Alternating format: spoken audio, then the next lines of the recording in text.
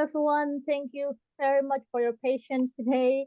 Oh, we have a little technical issues in the beginning, but yeah, however, welcome to the next sessions of our mini training, brought to you by my English club. So yes, good morning, good afternoon, good evening from everyone joining us from the different part of the world today.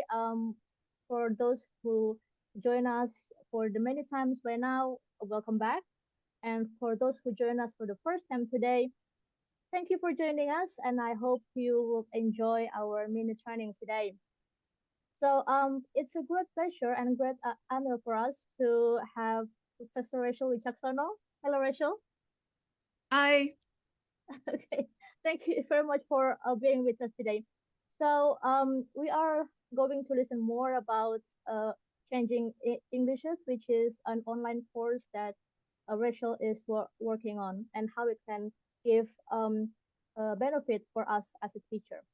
Now, however, as usual, before we start and proceed to the workshop, let's have a little introductions and get to know to each other as we always do. So, oh, sorry.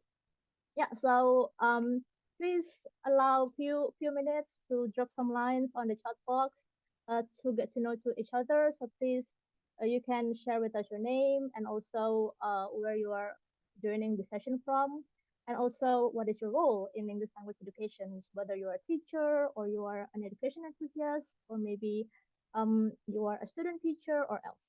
So please do let us know a bit about you. Okay, hello, we have Isa Beragui from Algeria, attending the second time. Thank you, Isa. And Rich, joining from Wales, former teacher and teacher trainer, now work with academic quality in the university. Paulo, hello, students in applied linguistics at the University of Aberdeen. And Aisha is a PhD student in language testing and assessment. Excellent. Okay, would like look forward to listen more from you.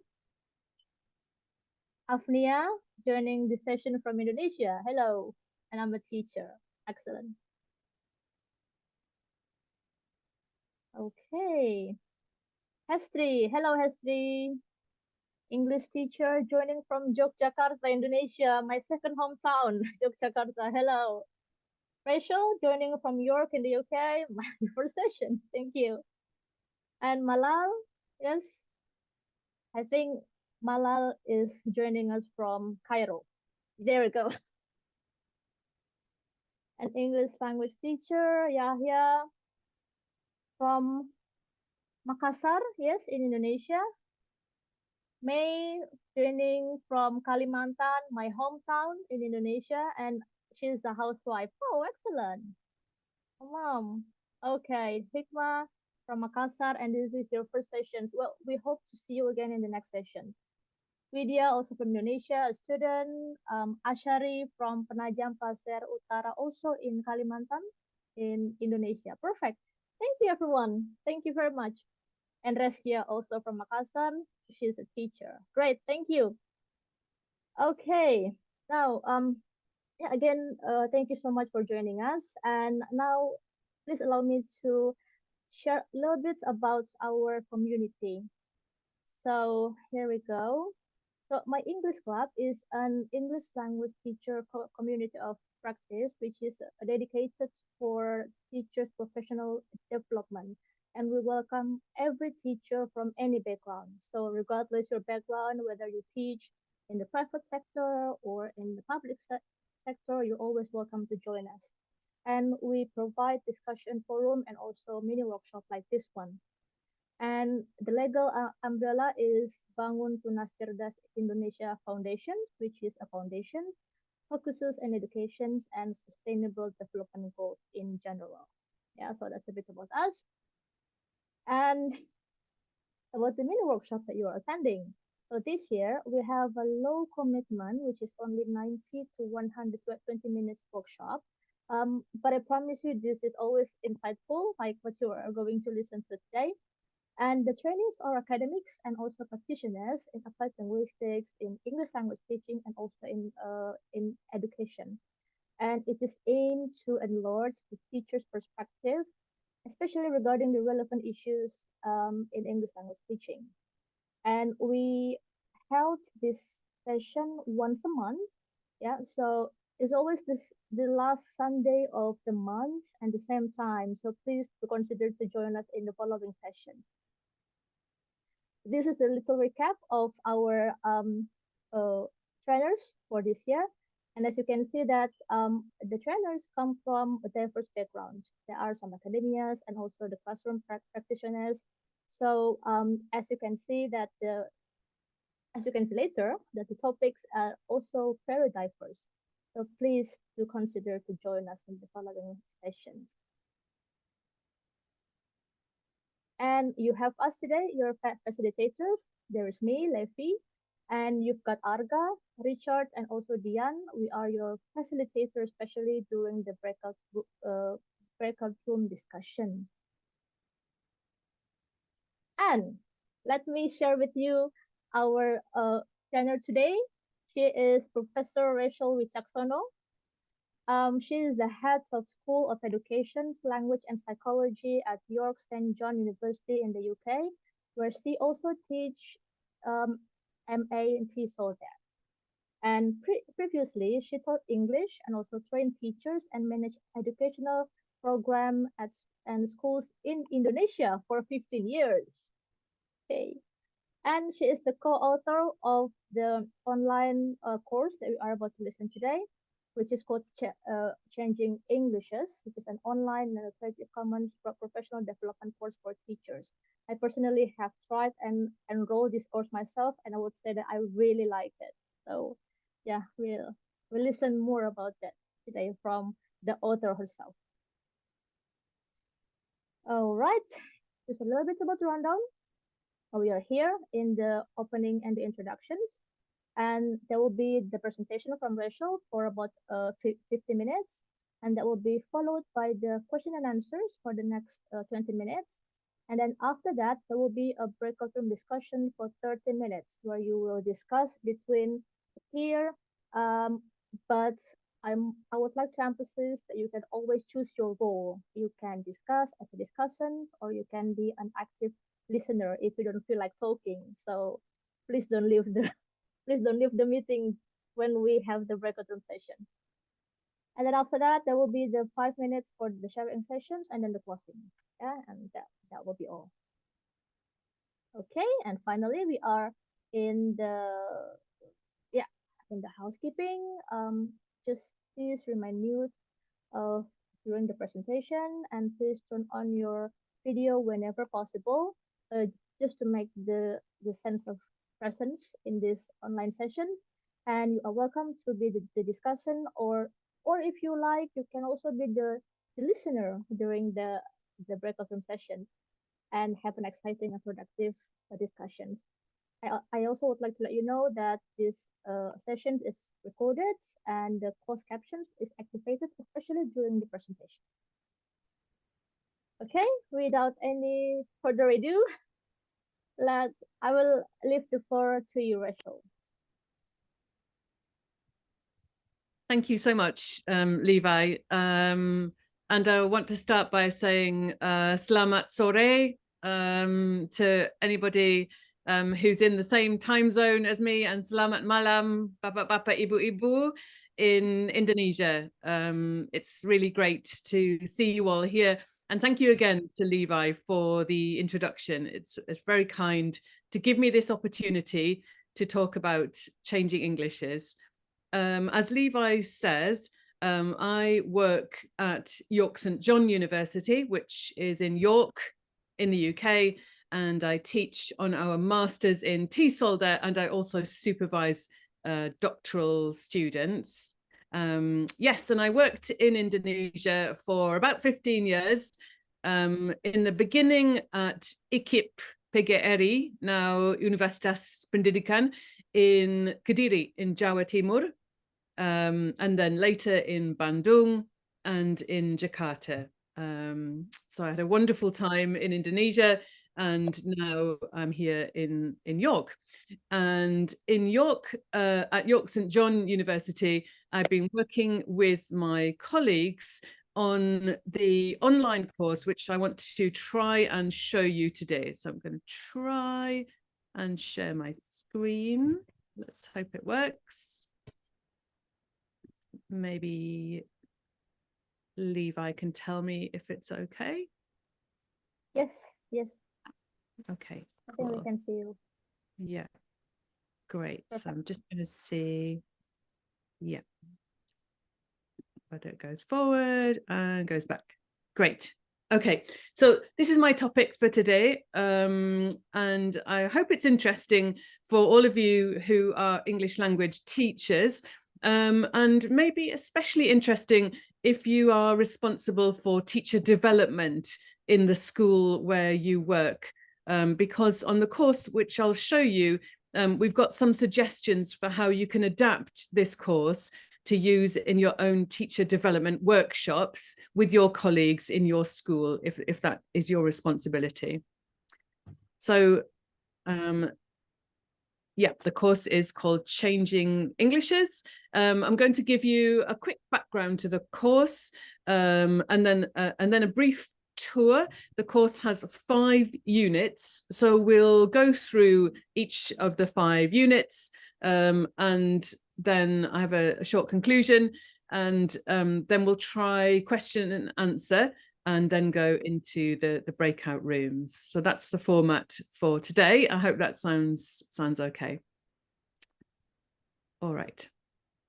So I'm going to start by briefly talking about the origins of the course, because the course came out of our practice as English language teachers and as tutors on our MA TESOL with students from Indonesia and from all around the world who wanted to upgrade or improve their understanding of English language teaching in their own context. So the course came out of that practitioner experience and also out of some research that we did into English language teaching around the world.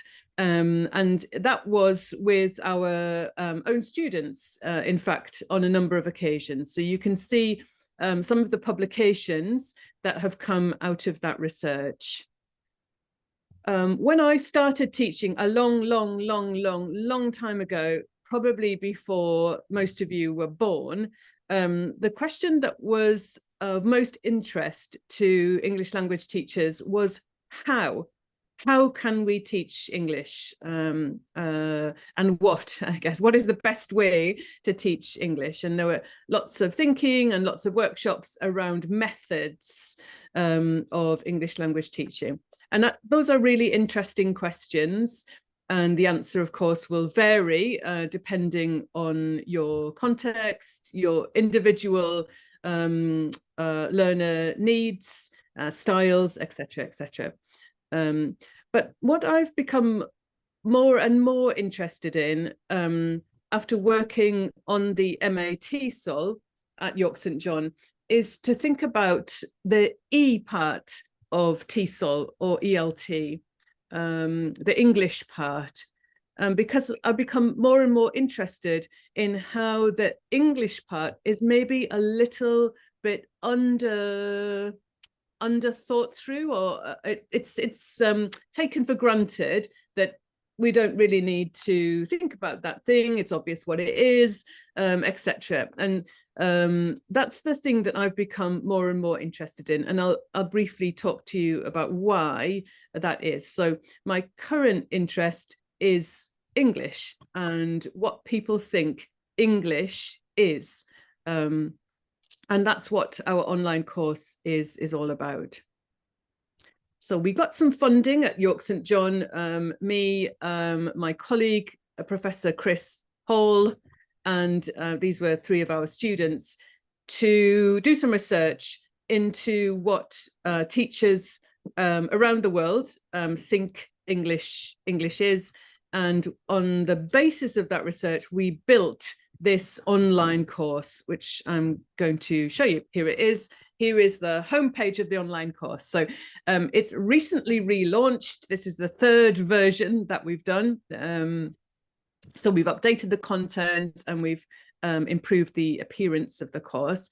So the course is changingenglishes.online. So if you, obviously you're watching Zoom now, but if you have another device or another screen, feel free to do an internet search for changingenglishes.online. That's the URL. So it's an online course for teachers. And the aim of the course is to raise awareness of what English is, particularly the fact that English is always changing. It varies a lot over time around the world, between individual speakers, within individual speakers. There's a lot of variation. And maybe we can conclude that there isn't one English, there are many Englishes. And on the course, we start to think about, so what? So what does that mean for you as English teachers and teacher trainers? What are the implications of that way of thinking about English? So before I show you briefly what is on the course, let me draw your attention to some of the features of the course. Number one, this course is free of charge. So there's no charge to participate in the course. The license for the course is Creative Commons.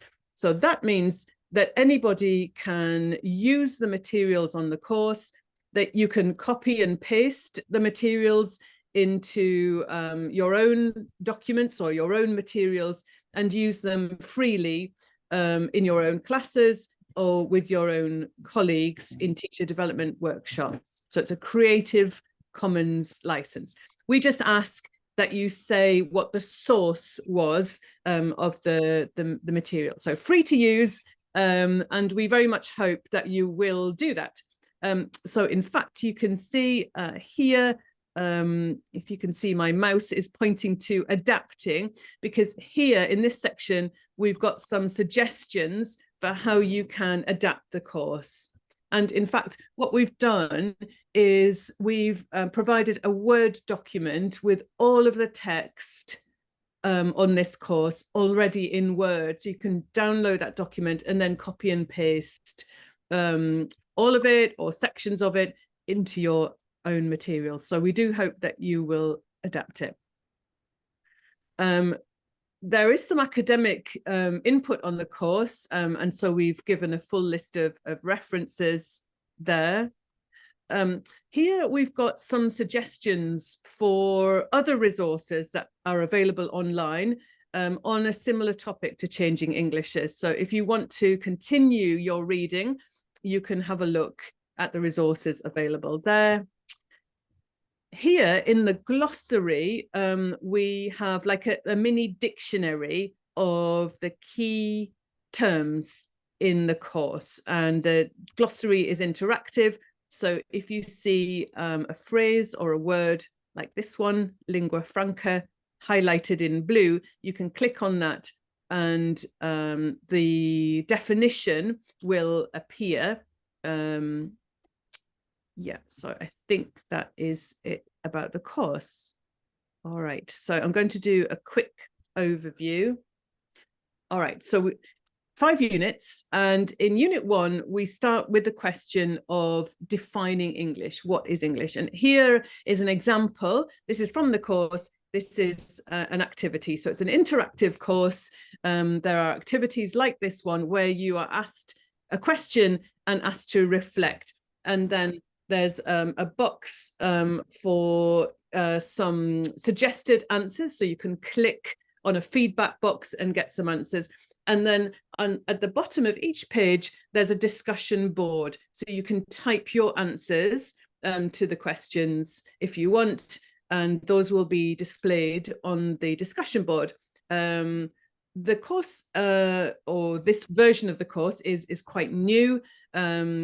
We published it last month in March, And already you can see the discussion boards are very lively with lots of interesting contributions from teachers around the world. So please do let us know your thinking. So here's the first activity, and later when we come to the breakout rooms, you'll have a chance to ask, think about some of these questions and let me know what you think. So here we ask whether the users of the course think of English as something like this planet. So a planet has clear boundaries. It has a center. It has other things which are outside, which are not the planet, and it's stable. Whereas the galaxy is dynamic. It's always changing. It's hard to see where the boundaries are, and there's no center. So yeah, we will talk about that in the breakout rooms.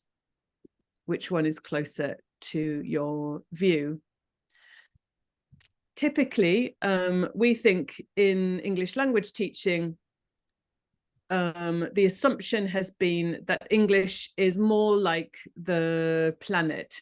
So ideas like standard English, often a quite sort of ideal or idealized version of what English is, and often some understanding that it may be that not everybody uses this version of English, but there is one sort of perfect English with a core, with a center, and with boundaries. So that seems to be quite a common assumption about English. We talk in the course about rules. So rules is a question you'll often get from your students, I think. What is the correct rule here? Grammar rules, spelling rules, etc. Quite common questions from your students. So here, my colleague, Professor Chris Hall, has a short video, and he's talking about the word rule, because rule in English has two meanings. We can think of rules as regularities, so things which often occur over and over and over again, or we can think of rules as regulations, things you must do or must not do. So here you must not stand on the grass, although as you can see in this picture, somebody is in fact standing on the grass. But so there are two ways of thinking about rules. Now, it's very common, we think, for English language teachers to talk about rules in their classroom. So we've got a YouTube video here embedded in the course of a teacher who is explaining to their students a rule, meaning regulation, so something which must be done in this teacher's opinion. So the rule here is no double negatives, so that she is saying that this form here, he ain't no teacher, is incorrect, and she is encouraging the students to say isn't a teacher. She says ain't no. And of course, you might be familiar with varieties of English in which this ain't no, this double negative, is often used. So in that sense, it's a regular part of English. But here, the teacher, his name is Ronnie, is focusing on the rule as must do or must not do. Okay.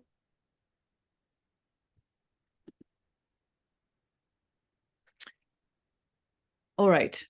So Unit 1 is thinking about what English is. Is it more like a planet? Is it more like a galaxy? And what do teachers of English usually assume, or also learners of English usually assume English is? Perhaps a lot of English language teaching assumes that English is more like a planet, that sort of monolithic, a core or a center and clear boundaries, static view of English. the reality is, of course, that English is highly variable, highly variable. So this is just asking you to imagine, this doesn't exist, of course, but imagine there was a satellite that could monitor talk in English around the world. So you're welcome to think about this.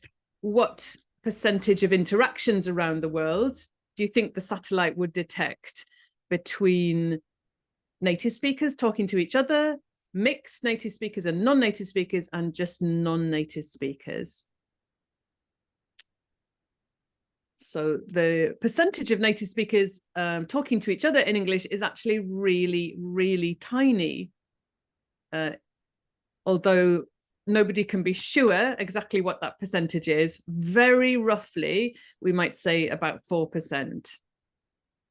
And even between native and non-native speakers, only about 25%. So what we do know is the vast majority of English language use around the world is what we call non-native speakers. I have to make that gesture around non-native speaker because dividing speakers of English into native and non-native is really rubbish idea, because the situation is much more complicated than that. But it is very still a common way of categorizing speakers of English. Okay, so the users of English around the world are mainly what we could call non-native speakers. Most people.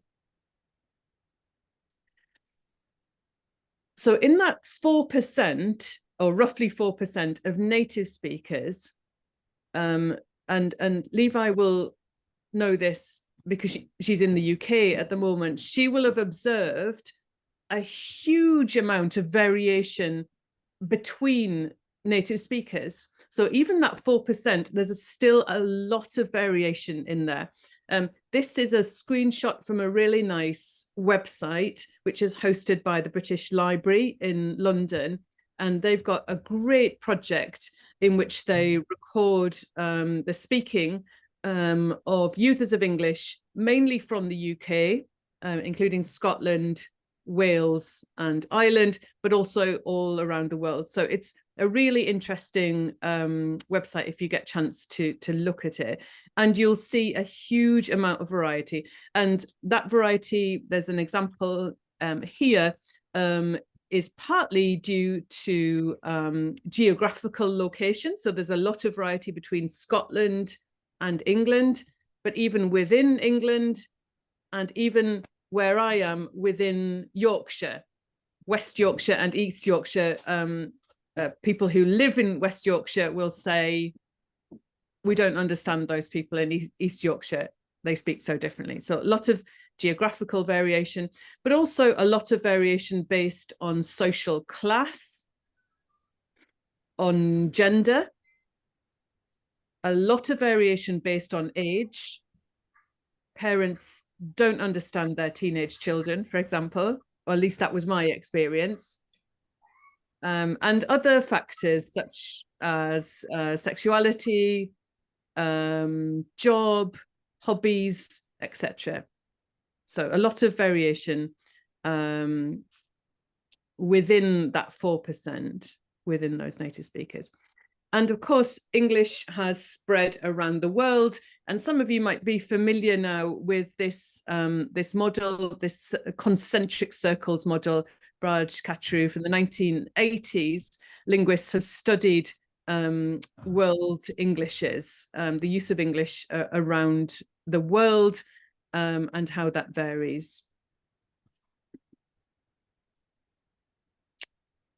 And just before I talk about learning English Unit 3, I'll just mention that variation is also between speakers. So I mentioned factors like geography, gender, age, but there's also variation within speakers, between speakers. So for example, now the way that I'm speaking is different from the way that I'll speak when I go and see my mum and dad after this for a cup of tea, because it's online, it's being recorded, and I'm really monitoring what I say and trying to be careful.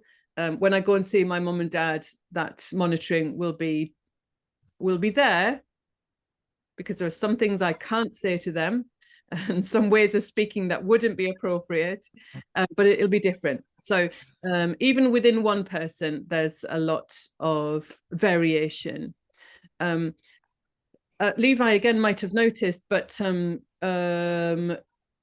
there's a lot of variation, sort of mini variation within cities. So London, for example, is a very multilingual city, and people are often accommodating each other all the time when they're talking to somebody, maybe from a different cultural background, religious background, linguistic background. So huge amount of variation everywhere. There's not just one thing. Okay, so we've covered Unit 1 and Unit 2. So we've covered what English is, and we've covered the idea of variation and mixing languages. You might have heard of translanguaging, the idea that we use all of our linguistic resources to achieve our communicative purpose, and that's totally fine. That's what everybody is doing all the time. Now, moving on to learning English, of course, school doesn't necessarily think of English in that way. So in school, in an English lesson on Monday, 7:30, that's an early start, isn't it? Very early start. I wouldn't like to teach at 7:30 in the morning. I wouldn't be awake. In an English lesson, the idea of variety of using of translanguaging, for example. So the idea that what people do when they're communicating is use all of their whatever languages are available to them, whatever objects are around them to communicate their meaning in different ways. The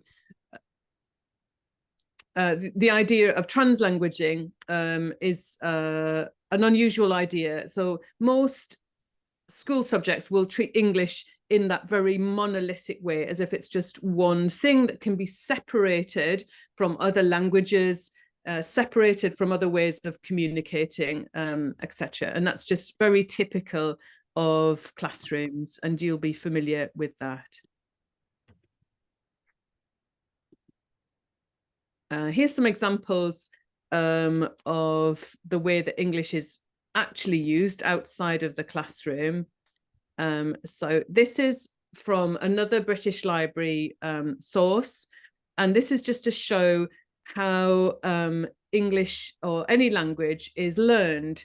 There is some learning from input and some copying, but most of the way that languages get learned is in a much more creative way.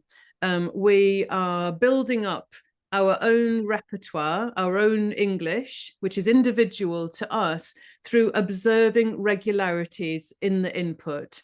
And our brains, from that input, build patterns, which then become part of our own English. So Barbara has never heard anybody say drinked, because that's not a feature of the English that surrounds her.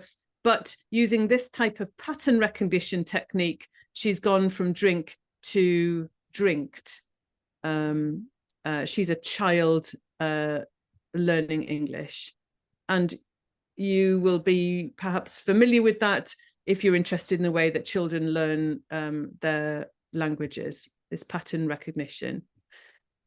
But there's a mixture, like I said, it's a mixture of pattern recognition and building our own English, which is potentially different from anybody else's, but also some copying. So Barbara has heard her mum say, and this is typical of Ireland, Northern Ireland, where Barbara is from, and this recording is on the British Library website. Will I get it for you?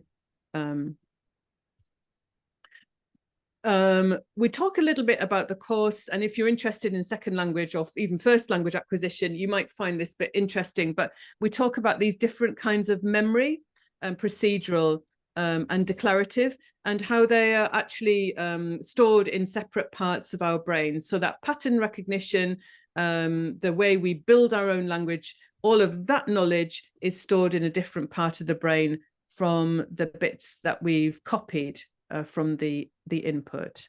So again, we're back to rules over here as regulations, and over here rules as regularities. So different parts of our brain are acting there. This is just a screenshot from the Changing English's website in Unit 3. So as you can see, the end of March, we've got Fajruddin, who is talking about how students encounter English in everyday situations and where input comes from. It's not just the classroom. Obviously, you will know that your students will come across English maybe online, in gaming, in chat rooms, etc., from all over the world. Okay.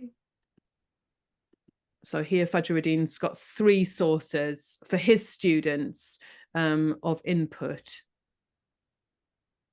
And Izzy is talking about this procedural memory, this bit where our brains build our own English. So both are true. Both are happening when our students are learning. Okay, so moving on to Unit 4 now. There are 5, so we're almost there. Your classroom might look like one of these, or it might look very different. There is a huge variation of classrooms around the world. So what this pluralistic approach to English, or this pluralistic way of understanding English that we've been talking about so far, what this means for you will vary. On the Changing English's course, we don't have any recipes for English language teachers. It's not a recipe book.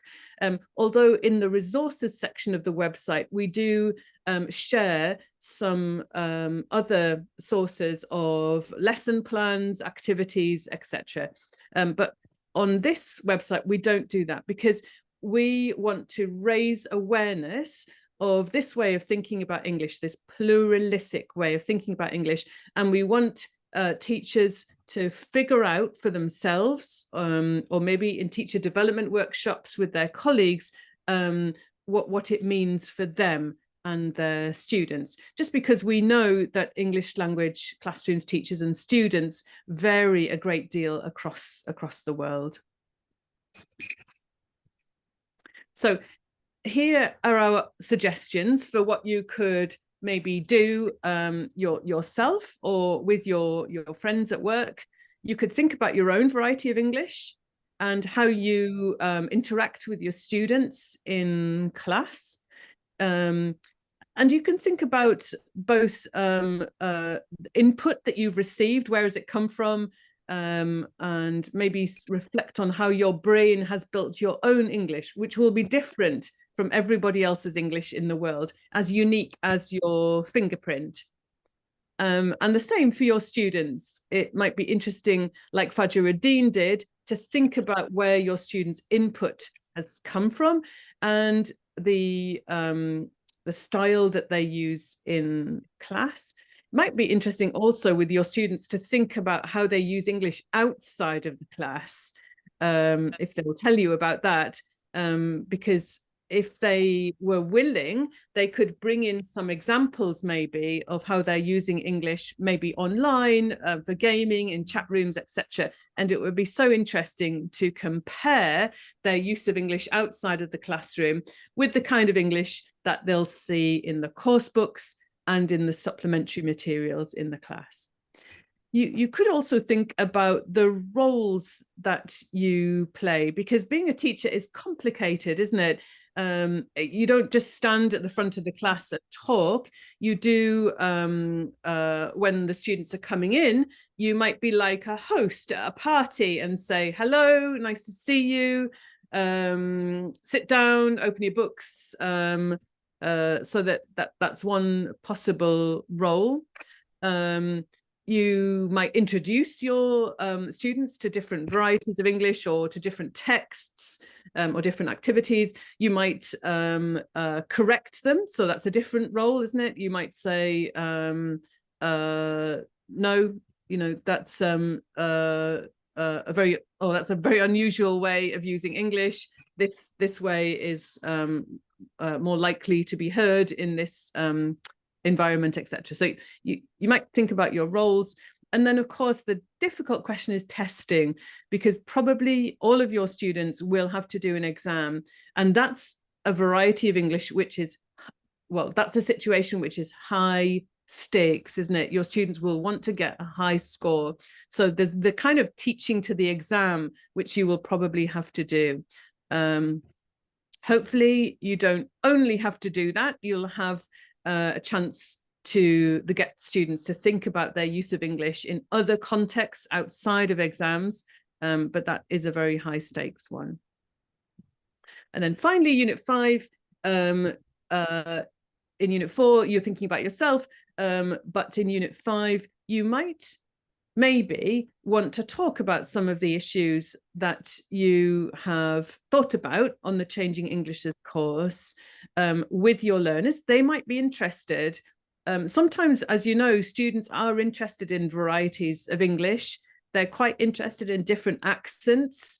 They might have heard different accents in some of the songs or the music that they listen to. They might be interested in that, or in some of the YouTube videos or television programs. They might have heard some different accents. So you might want to talk about English with your students.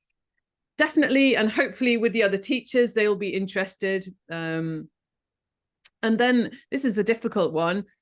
The policymakers, including the people who set the tests, that's super hard. But you might want to talk to policymakers maybe about making tests more communicative, more task-based, more focused on the aims of the communication and less focused on the forms that students are using to achieve their communicative goals. Allah. And then this is a super interesting one, the public. So the parents of your students will have ideas about English for sure, and they probably won't be informed by linguistics or any research into what English is and how it gets used around the world. So that's super interesting. How might you get the parents of if you're teaching children or teenagers, interested in those ideas? Okay, so that's it. Right. So last thing to say, I think, about the Changing Englishes course is that you can participate in the discussion boards. And then when you've finished working your way through the course and you've made a specific number of contributions, I think it's 5 contributions that you need to make, you can tell us that you've done that. Don't tell anybody, but we don't check. Okay, it's based on the assumption that English language teachers are honest people. So if you tell us that you've done that work, we will give you this certificate from York St John University with your name on it, signed by our registrar. So I hope you'll do that and work your way through the course to get the certificate. All right, so I think that's it for my presentation of taking you through the aims of the course, raising awareness about how English is diverse, is changing, a little bit about how English as a first and second language gets learned, and some thinking about implications for us as teachers for our practice. So I think that's it, Levi. It's over to questions and answers now. Yes, thank you so much. Thank you so much, Rachel, for the excellent representation and very informative one as well. Okay, so hold on a second. I'll just add in myself. There we go. Okay, so now we get to the question and answer sessions. We've got around 20 minutes here. So for anyone who would like to raise the questions, whether you want to unmute yourself and talk, you can raise your hand if you want to do so. But if you just want to type to answer on the chat, it's also fine. Yeah, so let's see. Let's wait. Representations from Rich. Yes, thank you. Okay. Anyone want to raise the questions? I'd like to start myself, if that's okay. I do have a question. Of course. So yeah, I've got two questions actually. The first one is the thing that I like the most about this online course is that because it starts from the very beginning. So it starts with the risk to raise the awareness of how English is actually used in the real life and so on. And then gradually be more serious into English language teaching. Now my question is, what do you think? How how do you think to make this online course is actually effective for someone for teachers, for example, or for anyone who is actually unfamiliar with the notions that the number of non-native speakers are way more than the native speakers and how English is actually used in the real life and so on. How do you think is to make this online course is more effective for someone who is not familiar with those notions? That's the first. Okay. And then my second question is not so related, I think, with course, but it's related with this field actually. Yeah. What do you think, as an expert yourself, what do you think about the dilemma that teachers usually face between teaching standard English, no matter problematic the term is, and and to teach how English is actually used in real life in the global settings? So yeah, those are my two questions. Okay, good questions, Levi. Thank you so much. Okay, well, the first question, the online course Changing Englishes is for our students and for teachers around the world who are new to the idea of English and new to those questions about English. So we don't assume any prior knowledge. We don't assume that you've done any study of linguistics, for example, where a lot of these ideas come from. It should be accessible to people who are beginners, if you like, in this thinking. So we've tried to make it accessible. If when you take the course, you've got any feedback, if some of our explanation seems too complicated or you'd like more examples, please do let us know in the discussion boards if we go too quickly or if you'd like more examples. But hopefully we have gone at a good pace for you and with enough examples and enough input for anybody to come to this course without any prior or any pre knowledge. That at least was our intention. The second question, Levi, the dilemma, it's the dilemma everyone faces, isn't it, who teaches English? It's the dilemma I faced when I taught English and when I worked with the teachers in used to be called Ikip PGRI Kadiri, who were training to be junior and senior high school teachers. So it's a very common dilemma. Everybody will have to make their own decision. And so that's why we don't offer specific solutions on this course because everybody is in a different situation. I mean, what I can say about standard English is that's just an idea. It's not a real thing. So nobody is using standard English, including me.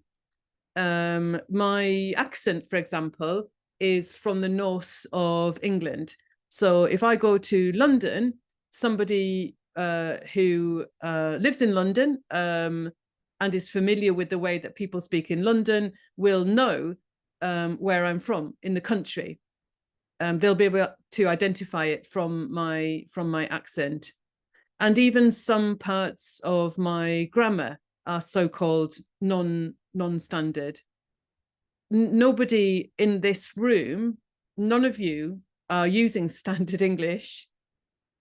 Not because there's anything wrong with your English, like there's nothing wrong with my English. We're communicating, I hope, very effectively here. But standard English is just an ideal. It's not something that actually exists. There are some descriptions of English in grammar books, in your course books, and in dictionaries, but they're just a tiny fraction of the actual millions of items that we call English that gets used around the world and every day. So it's only a tiny part which has been documented in books. So in one sense, it's not a dilemma. Nobody's using standard English anyway. It's just an ideal. It's just an idea. It's a concept. But it's easy for me to say that from a linguistic perspective, because we all know that the reality is that our students believe in standard English, and the parents of our students believe it, and probably the head of the school believes it, and they're judging us against that ideal, judging our use of English and our teaching and our students against that ideal. So with that in mind, we probably have to, I don't know, we can pretend that standard English exists, and we can do our best to prepare our students for the tests by giving them lots of test practice. That's the best way to prepare for a test, is doing lots of practice. We can do that part. But and maybe that's all we do. I mean, that sounds quite boring to me. But, you know, if that is our job and that's what we're being paid to do, maybe we can just do that. But if we are interested in language and languages and the use of language and in communication more broadly, then maybe there is time in our class, if the school allows, for 5 minutes or 10 minutes to look at other varieties of English. So one thing that I've done that I really like is bridging activities. And that just means you ask the students to bring examples of English into the class that they have found. It's often lyrics from songs, or maybe something from a YouTube video, something they've seen online, and to look at that. Now, that's really interesting because then we can see lots of different ways in which English gets used. But I think you have to be quite a confident teacher to allow students that much power in your class to bring in language, and to trust that what you can all do is describe, you know, you can look at regularities, patterns of use in that English, and you can describe it.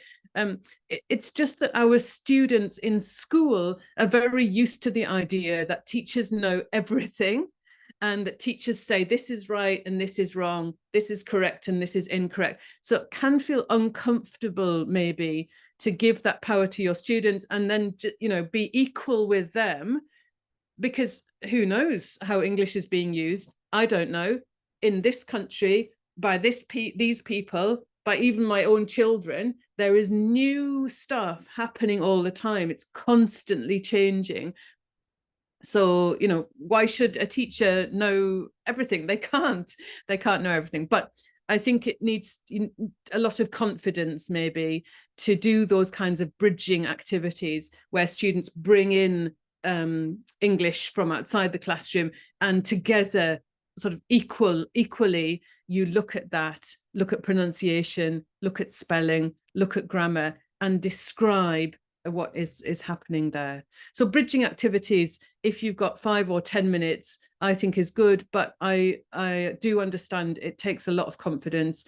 And a few years ago, I had on the MA TESOL a teacher who was older than me, and she said that her advice to her students was, don't look on the internet, don't look at English on the internet.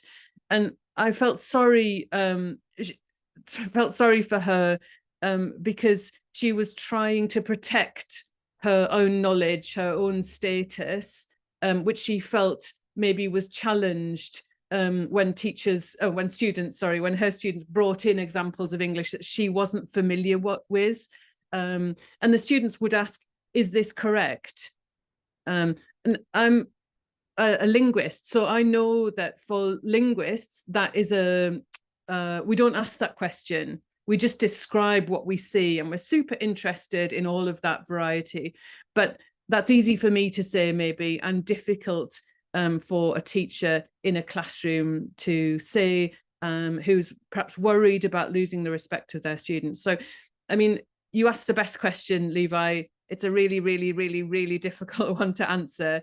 But I hope that some of you will find the confidence and the fun in looking at all the weird and wonderful ways of using language, often mixed in with other languages, the ways of using English often mixed in with other languages that are out there and which your students have access to. Yeah, hopefully. That's up to you to decide. But you asked the best question, Levi. So over to you again. Thank you. Yes, and I believe that kind of questions actually appear in every teacher's mind, I guess. Yeah. Okay. Yeah, so yeah, I observed the chat box and I can see that there is a question from Richard.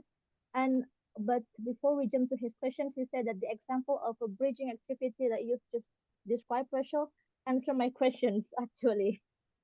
Yes, I mean, that's your feedback has actually reminded me of what of the sessions that we had last month, where Richard spoke about radical pedagogy. So in radical pedagogy, the students in the teacher tries to give more power to the students. Yeah, so I think that's absolutely. something. Yeah. That's a really, really good point. That's exactly what I'm talking about. And it can be, pretty uncomfortable. We feel like maybe we're not doing our job that we're being paid to do. But our job is to educate, isn't it, in the broadest possible sense, hopefully, to raise awareness of the realities of variation that are out there in the world. And just on Richard's question, and thank you, brilliant question. That the British Library website that I mentioned is really good. There's amazing collection of Englishes on that, and including some sound clips, so you can hear people using their accents and dialects. And there's a lot on there that's totally unfamiliar to me, to the extent that it's unintelligible, to the extent that I can't understand the meaning of what the person is trying to say. It's so different from what I'm familiar with. Yeah. Fascinating. Okay, let me see if anyone else has a question. So there's a question from Richard here. I don't know if we have addressed this. I'd like to ask more about teaching awareness of register and so-called standard and non-standard English. Have you come across any especially good practice in developing that awareness among the learners? Was that the listening to the variety of accents that you mentioned?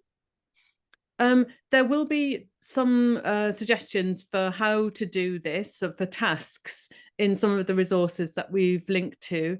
I mean, just sort of thinking out loud, really, but one nice thing maybe would be to take some song lyrics, for example, from a song from the kind of music that the students like listening to. It was lovely at the beginning, Levi, when you were playing that music. Yeah, so great, so energizing. So, you know, perhaps you could listen to that music in the classroom. You could ask the students, so use the song maybe as a dictation, so they try to write down, not the whole thing, that would be too much, but a couple of lines of lyrics from the song. Because the way that people sing is usually very different from the way they talk in formal situations, then you could do like a translation exercise. So first some listening, maybe with a question like, what is the topic? The students listen, they answer the question. Then you do a dictation, just a few lines, and then you do a translation. So you could get the students to practice moving between different registers, moving between what's probably quite an informal register in the lyrics of the song to a more formal register. So you could say, okay, you're giving a talk to other teachers in your school on the same topic, using the words and the grammar in the song, but you need to translate that into a more formal register that would be more appropriate in that more formal context. So what are the features of that more formal register, and see if students can do that translation exercise. And that would be an opportunity, I don't know, to talk about passive forms, which are maybe more common with in written language or in more formal registers, not using contractions, that type of thing, the features of formal written language. So yeah, you could treat that like a translation exercise. And maybe it'd be fun actually to do it in the other way around, to see whether you can take something from a newspaper, so that's going to be a formal register, and then translate that and make a song, you know, or as if two friends were talking to each other about the topic that's in the newspaper article. So something like that, using the things that the students are interested in, but doing some sort of translation exercises, not between different languages, but between different registers, using different styles. I mean, the other fun thing would be, which I tried with my students, is to listen to different accents in English from around the world. So my students in Indonesia loved the idea of Singaporean English. They thought it was really funny, but also high status. And so sometimes in the class, we would listen to some Singaporean English and they would copy it. They'd copy those sounds, and copy that intonation that's very characteristic of some Singaporean English. And Singaporean English is a lovely sort of target, if you like, to think about, because of the way it's often very translanguaging is a common part of the way that a lot of Singaporean speakers, it's a common feature, isn't it, of their language use. So perhaps you could get your own students to do a bit of translanguaging, to mix up some of the languages that they know in that more informal way. Yeah, lovely. But actually, there's a website that could provide with the different accent of English. I'll just find out if I can find the website, and I will drop it on the chat box. Now we've got two people raise hands. I think it was two, but now it's just one. Doesn't matter. Okay. So there are two more questions. One is from Hong Kong in the chat box, but I'll just take the question from Pak Mukhtar first. Mr. Mukhtar Bandua, please. Oh, I'm sorry. I'm sorry, you're still mute. Sorry. Okay, thank you so much. I'm glad to see how to call Mrs. Wicaksono, yeah? Yes. Okay, I'm from Indonesia. I'm from Balikpapan, Indonesia. I'm teaching at vocational high school, technical high school. Okay, to certain the time, I have difficulties to handle big classes. So could you help us how to handle big class? So our student in classroom more than 30, and we have to teach in 2 hours in a week. So could you tell us how to handle your experiences to handle big classes? Okay, thank you so much. Thank you. Okay, thank you. Thank you, Pak Mukhtar. Thank you. Nice to hear your voice from Balikpapan. Yeah. It's my hometown. Right. Very nice. Very, very nice. Big classes are so difficult, aren't they? And at the IKIP PGRI, of course, we had very big classes also. Yeah, so I have got some experience, although not as much as you, Pak Mukhtar, of those large classes. Discipline is quite difficult in large classes, isn't it? And also noise, and the problem of other teachers complaining about noise. If your students are making a noise and either singing or speaking loudly, that can be difficult for other teachers. And so one solution is to keep the students silent, isn't it, and listening to you. But of course, that's not so interesting for them. I'm sure you are a very interesting teacher, Pak Mukhtar. But 2 hours of listening to a teacher is perhaps not so interesting for students. The other problem with large classes is often the layout of the class. So the furniture might be fixed. It's difficult for students to do pair work or group work. Yeah, so there are lots of problems. So one way to start would be to say to the head of school, your head teacher, to go ask for a meeting and to say that teaching English is different from teaching history, geography, and maths. Because for students to learn to use English, they need to use it. It's not enough for them to listen to it. They need to use it. And that will mean noise. Because when students are talking, if you have 30 or more students in the class, that's a loud noise. So maybe you could have a meeting with the head teacher and say, English is very different from other school subjects. In history, maybe the students can just listen and take notes and it's quiet.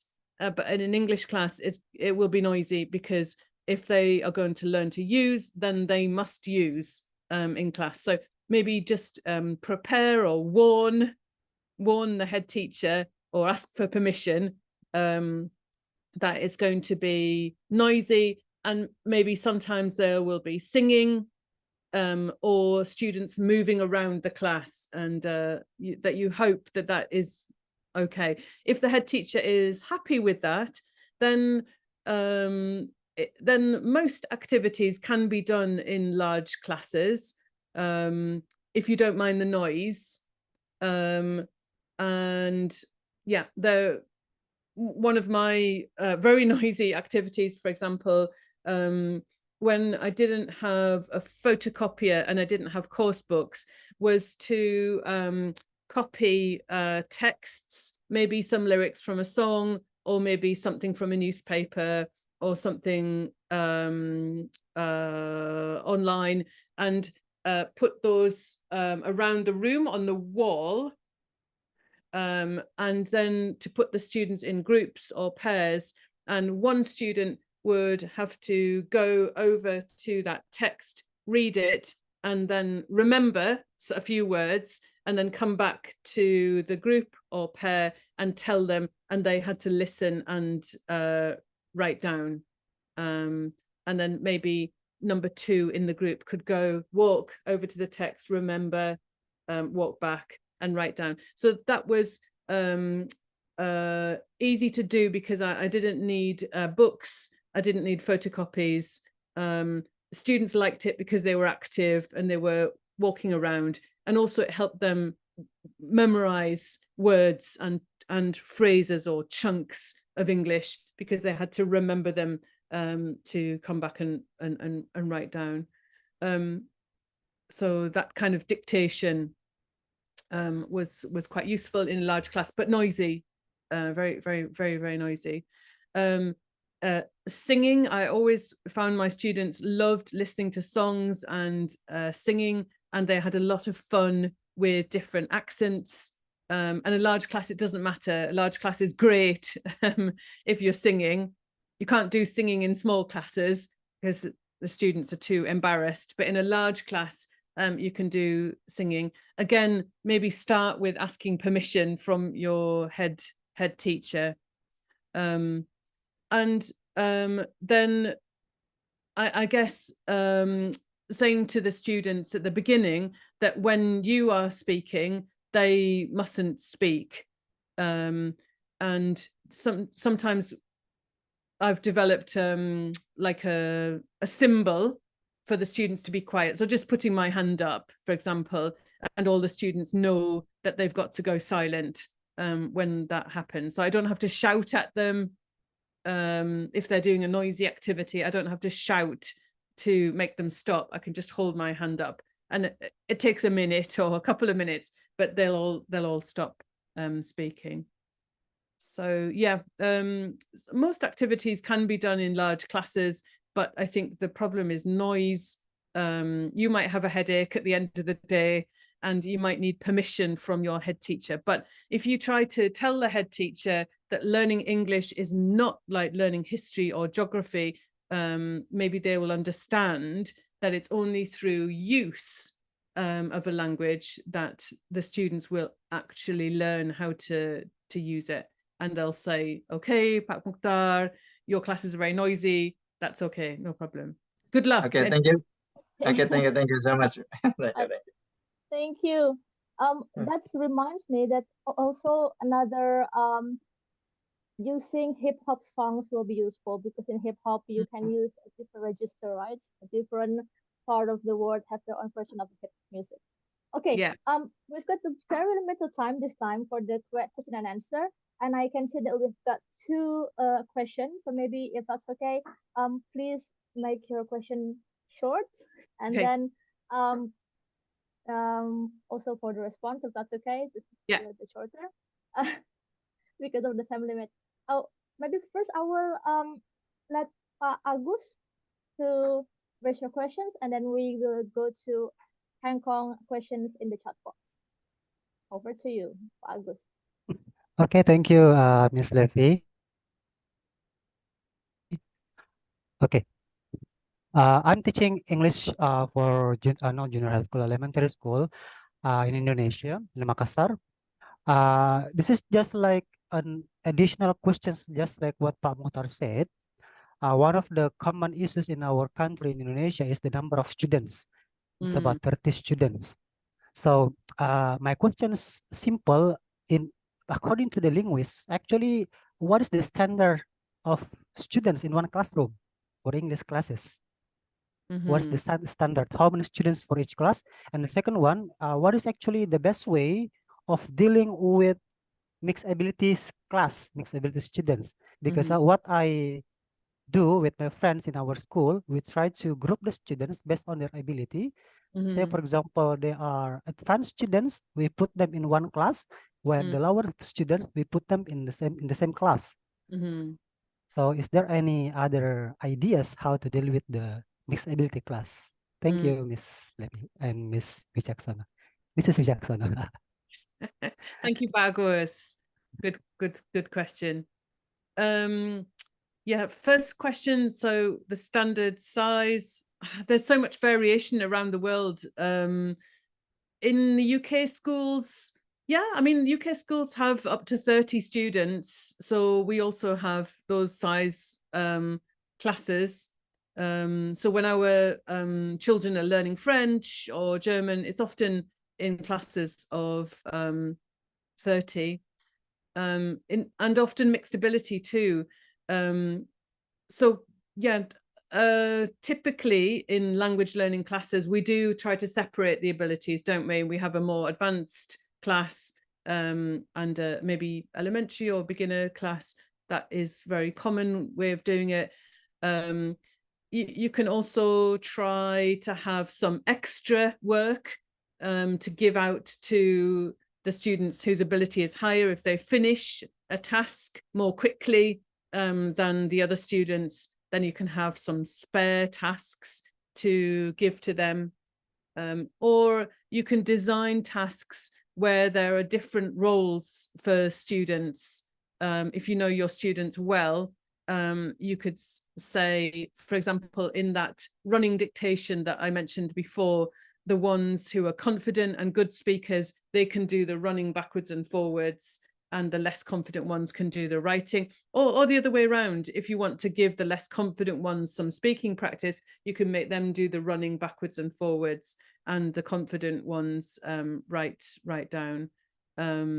Yeah, so I think those are the options, is streaming into different ability groups like you described, additional tasks for the more advanced ones when they've finished more quickly, and then designing tasks where there are separate roles for each of the different abilities. So probably one of those, or a combination of those 3 strategies. Yeah.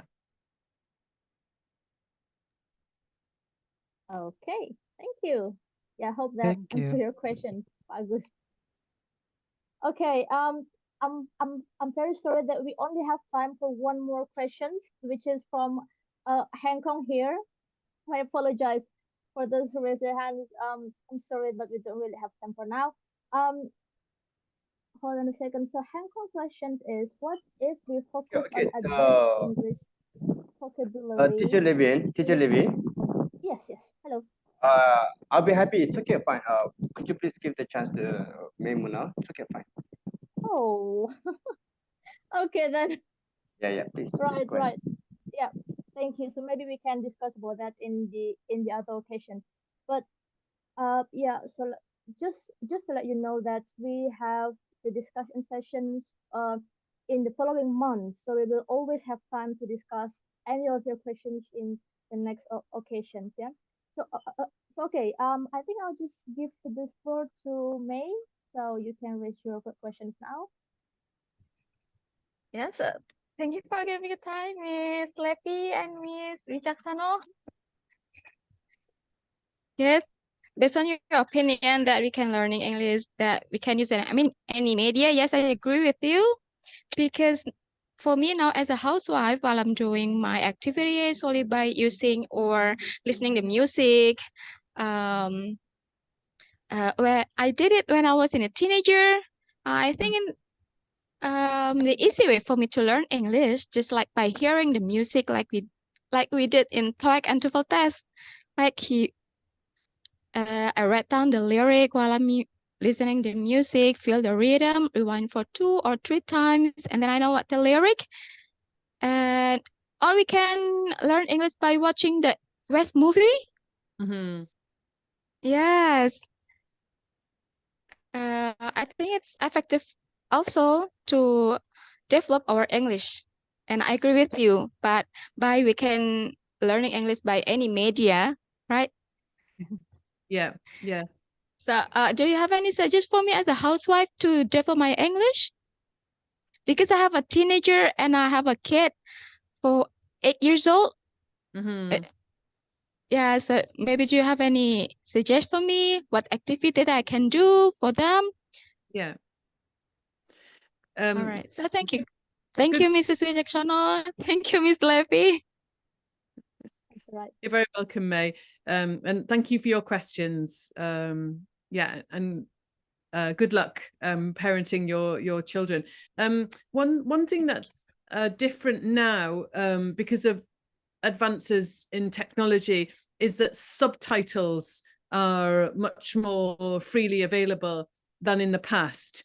when subtitles were added manually. Now they're computer generated. So for example, on YouTube, you can turn on the subtitles and the subtitles will come on. And I think it's really useful to listen and read at the same time.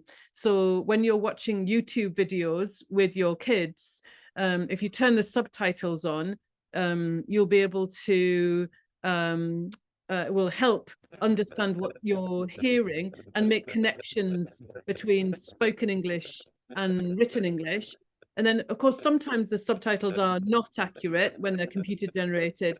And that's also quite interesting. You'll be able to hear the difference, or you can ask your kids to listen for differences between what they're hearing and what they're reading. So I think, yeah, turn on subtitles on YouTube, on the TV programs, use technology so that you can listen and read at the same time. I think that would be my advice. And then just have fun, you know, listen to the music that your kids like or that you like, watch the TV programs that you like or your kids like, just, you know, have fun. But if you can read at the same time as listening, I think that's quite useful. I mean, you might even try like acting with your kids. So if there are television programs that you like watching, can you talk about those programs like in the style of the characters, and use some of the English that they use? In dramas, often the characters will use very typical styles to match their character. So you could have some fun talking to each other in the style of different characters. Yeah, have fun, I think, is the main thing. And read subtitles. Thank you for the question, May. Okay, thank you for all your questions. This is very lively discussion, and we shall continue these discussions into the breakout room. Yeah. So before we jump to the breakout room, please allow me to share with you the questions. Okay, just to remind everyone. Okay, proceeding to. Okay, here we go to the questions. Right. Okay.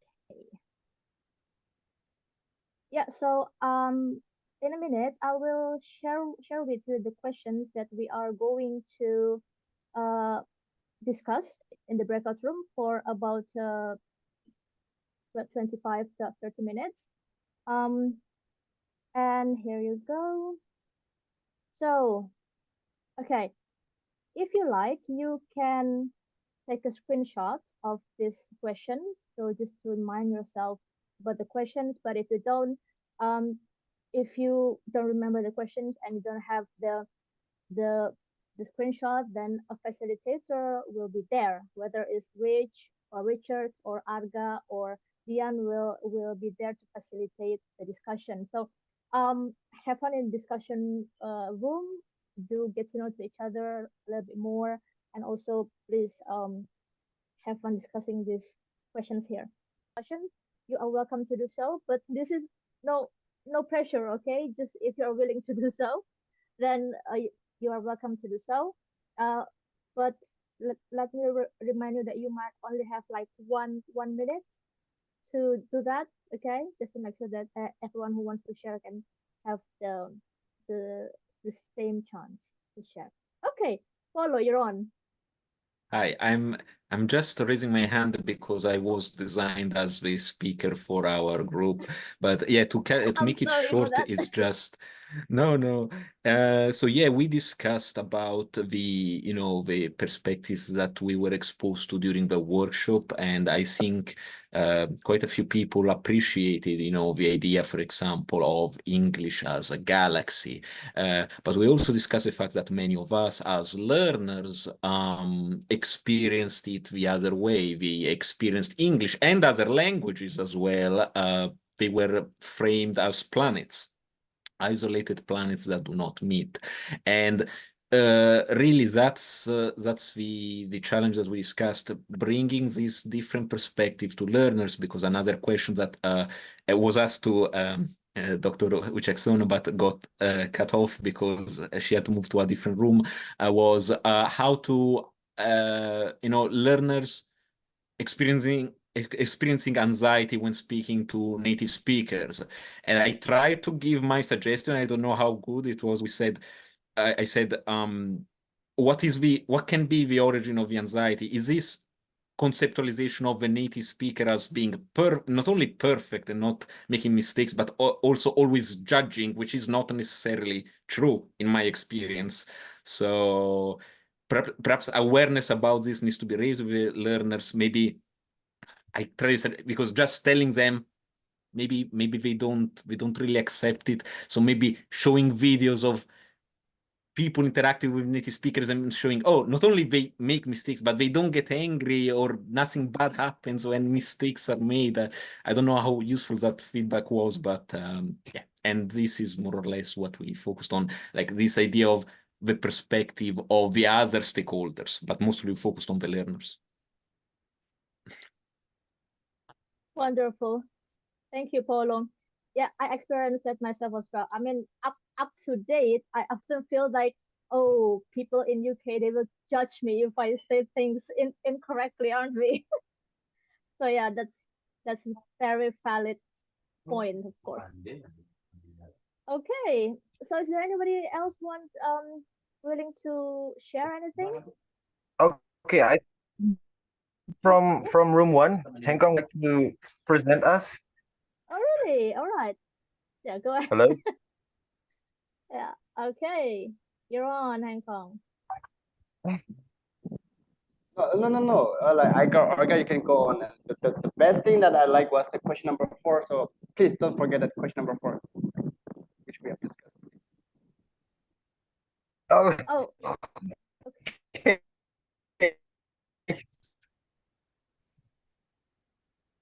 I'm sorry. I think your voice is a bit All right. For the room 1, we have already discussed about galaxy of objects. Hello, is my connect still? Hello, can you hear me? Yes, I can Hello? hear you, but I'm just not sure. Is my voice clear now? Is it Arga? Okay. Yes. Yeah, it's me. I will represent the room 1. Go ahead. All right. Okay, so the room 1, we have shared thoughts about whether English seen as a galaxy or something bigger or something more particular in areas. It's all reflect on our experience in teaching, and also how they are seen as a standard, and also regularities. We speak more context, and also we speak more focus and purposes. Therefore, we understand at a certain point. And also, we would like to dive in more into the reason why our student needs to learn English, but we don't have enough time for it. But it's a very, very comfortable atmosphere to have a room with these amazing people. Thank you. All right. Thank you, Arga. I do agree. Speaking with with our peers is always a wonderful experience, right? If you would like to dive in, of course, then as Professor Rachel mentions, it's always useful if to join the online course, because I myself found it really useful and engaging.